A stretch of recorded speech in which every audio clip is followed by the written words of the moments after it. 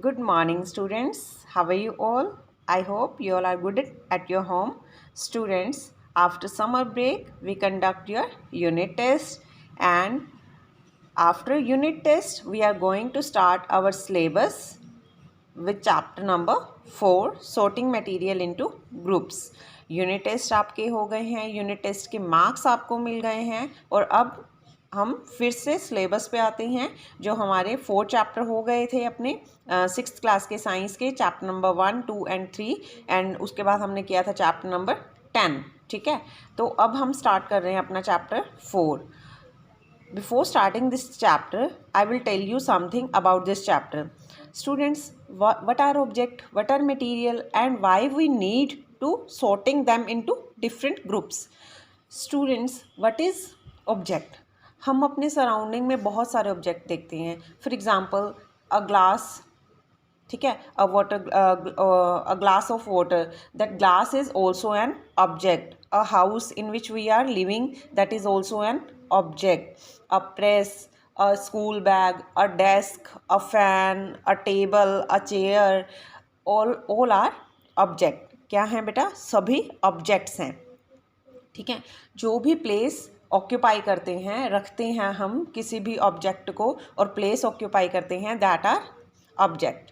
ठीक है, जैसे ये pen, pencil, marker, everything are object. आपकी नोटबुक, आपके clothes, bed, TV, all are objects.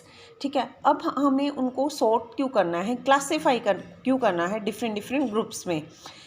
For example देखिए, अगर आपके पास मैगी है, बिस्किट हैं और वॉशिंग डिटर्जेंट है. ठीक है, कपड़े धोने वाला एक डिटर्जेंट है, मैगी है आपके पास और एक बिस्किट है. क्या आप उन तीनों चीज़ों को एक साथ रखेंगे? ठीक है, क्लासीफाई एक ग्रुप में डाल सकते हैं.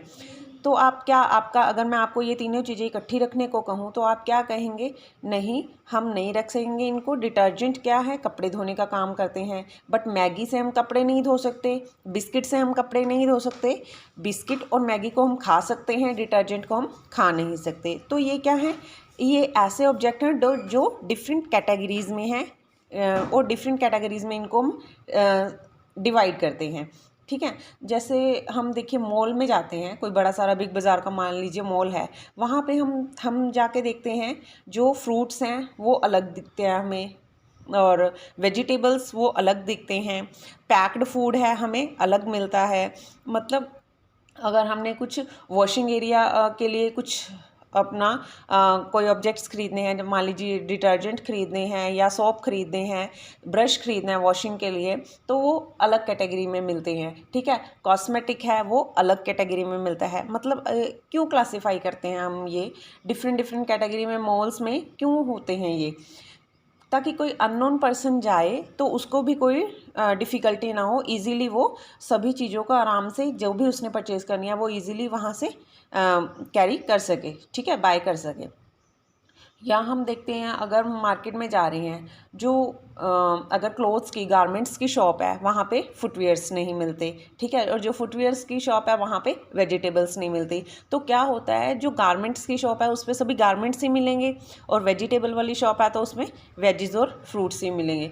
तो यही होता है बेटा sorting of material into groups, यानी कि डिफरेंट डिफरेंट मटेरियल्स को ग्रुप में डिवाइड करना. जैसे मैगी, बिस्किट और अदर पैक्ड फूड हो गए, उनको एक कैटेगरी में रख सकते हैं हम, और जो आपका डिटर्जेंट है, सोप है, ब्रश है, उनको आप अलग कैटेगरी में रख सकते हैं. क्लियर? तो ये होता है sorting material into groups. let us start reading of this chapter. When you look around, you see a large number of things like desk, chair, blackboard, doors, fans, toys, mobiles, clothes, shoes, computer and so on. All these things are object. Students, आपके surrounding में जितनी भी चीज़ें हैं जो occupy कर रही हैं प्लेस, वो क्या हैं? सारी की सारी ऑब्जेक्ट्स हैं. All object differ in shapes, उनमें डिफर होता है, साइज़ अलग होता है, कलर्स डिफरेंट हो सकते हैं, and many other aspects as well. बहुत सारे मतलब उनकी लुक, जैसे अगर आप प्रेस की बात करें तो उसकी शेप अलग होती है, बुक की अलग होती है, बॉटल की अलग होती है, ग्लास की अलग होती है, मतलब सभी वो वेरी करती हैं. But all the object made up of one or more material and may have different properties. अब वो जो ऑब्जेक्ट्स हैं वो डिफरेंट डिफरेंट मटेरियल्स के बने होते हैं, उनकी डिफरेंट डिफरेंट प्रॉपर्टीज़ होती हैं. देखिए, जैसे मेटल के बने होंगे कुछ, या ग्लास के होंगे, प्लास्टिक के होंगे, पेपर के होंगे, वुड के होंगे, या फाइबर, कॉटन, सिल्क, जूट हो सकता है, क्ले के, मिट्टी के बने होते हैं, या फिर लेदर के होते हैं. तो इन मटेरियल्स के बने होते हैं जो भी ऑब्जेक्ट्स हैं. जैसे टेबल है वो वुड का बना होता है, शर्ट है फैब्रिक है, ठीक है, कॉटन हो सकता है, सिल्क, जूट ये भी हो सकते हैं, पेपर है, प्लास्टिक के होते हैं ये मटेरियल, जैसे आपकी बकेट हो गई, मग हो गया, ऑल दिस थिंग्स, पाइप हो गई, ग्लास का ये जार बना हुआ है, ग्लासेस होते हैं, प्लेट्स हो सकते हैं, कंटेनर हो सकते हैं. क्ले, देखिए जैसे ये पोट है ये क्ले का बना होता है, क्ले के और भी बहुत सारे बर्तन बने आते हैं. लेदर एंड मेटल्स, तो मेटल की ये बेल्ट और मेटल का ये बक्कल लगा हुआ है और लेदर की ये बेल्ट है. रबड़, ये बॉल जो है वो रबर की बनी हुई है. तो मटेरियल्स डिफरेंट डिफरेंट होते हैं. ये इन सभी ऑब्जेक्ट्स के मटेरियल जो हैं डिफरेंट डिफरेंट हैं. मटेरियल में भी नेचुरली अवेलेबल और मैन मेड. जो मटेरियल्स हैं वो नेचुरली अवेलेबल भी हो सकते हैं और मैन मेड भी हो सकते हैं. Material such as wood, metal, cotton, clay occur naturally. तो ऐसे ये कौन कौन से, वुड, मेटल, कॉटन, क्ले, ये नेचर से मिलते हैं हमें. तो ये ऐसे मटेरियल हैं जो नेचुरली मिलते हैं हमें. Material such as steel, plastic, glass, nylon are man made.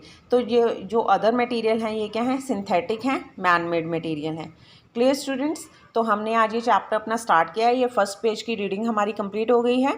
तो आपने ये रीडिंग करनी है और अच्छे से इस चैप्टर को समझना है आपने, क्योंकि हम यूनिट टेस्ट के बाद दोबारा एक सिलेबस स्टार्ट कर रहे हैं, एक न्यू चैप्टर है.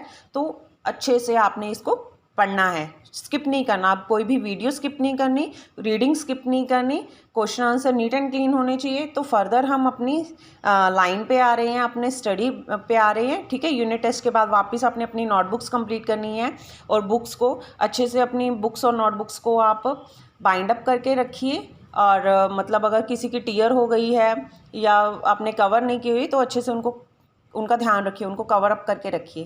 Clear students? I think it's enough for today. Thank you. Have a nice day.